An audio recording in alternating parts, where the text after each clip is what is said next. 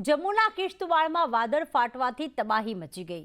સીઆઈએસએફના 2 જવાન સહિત 50થી વધુ લોકોના મોત થયા છે, તો પ્રવાસે આવેલા 300થી વધુ તણાયા, 200 લાપતા બન્યા।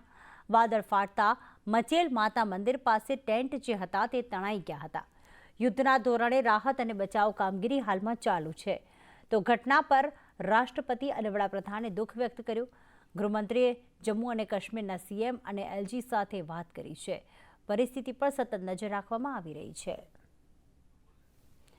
તો જમ્મુ કાશ્મીરમાં જે વાદળ ફાટવાની ઘટના બની છે કિશ્તવાડમાં, ત્યાં અનેક લોકો તણાઈ ગયા છે, 300 લોકો તણાઈ ગયા છે અને સાથે 200 લોકો હાલમાં લાપતા છે।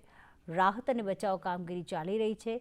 જે લોકો ત્યાં આવ્યા હતા તે મચેલ માતાના દર્શન કરવા માટે આવ્યા હતા। ટેન્ટમાં તેમણે રોકાણ કર્યું હતું અને આ તમામ ટેન્ટ જે છે તે તણાઈ ગયા છે। અત્યાર સુધી સેનાના 2 જવાનો સહિત 50 લોકોના મોતની પુષ્ટિ થઈ ચૂકી છે, પણ જે લોકો તણાયા છે તેમની શોધખોળ કરવામાં આવી રહી છે। હજી પણ મોતનો આંકડો વધી શકે છે, કારણ કે ઘણા બધા લોકો લાપતા છે।